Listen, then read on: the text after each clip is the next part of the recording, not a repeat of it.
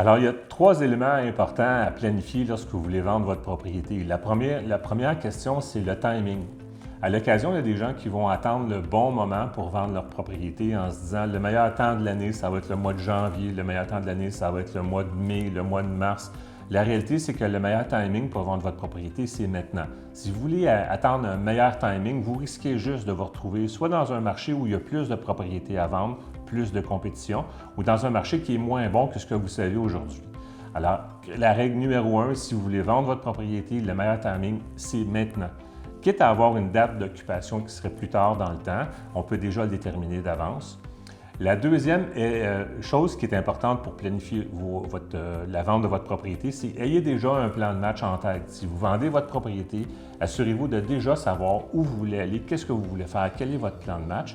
Comme ça, quand une offre d'achat va arriver, vous ne serez pas pris au dépourvu en vous demandant, mon Dieu, où est-ce qu'on va aller? Est-ce qu'il y a des maisons qui correspondent à ce qu'on recherche? Donc, faites une préparation avec votre courtier avant de commencer ce genre de choses-là.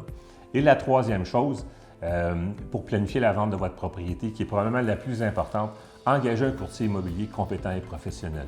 Lorsqu'on prend un courtier immobilier, ça nous assure d'avoir un encadrement. Premièrement, un courtier immobilier va vous offrir des protections que vous n'aurez pas si vous vendez par vous-même, notamment avec une assurance erreur, faute et omission. La profession de courtage immobilier est encadrée par le gouvernement de façon très serrée, puis leur but ultime, c'est la protection du public. Donc, assurez-vous d'engager un courtier, vous allez être protégé. La plupart du temps, les gens vont choisir de ne pas prendre un courtier immobilier en se disant « on va sauver les frais impliqués dans la vente de la propriété ».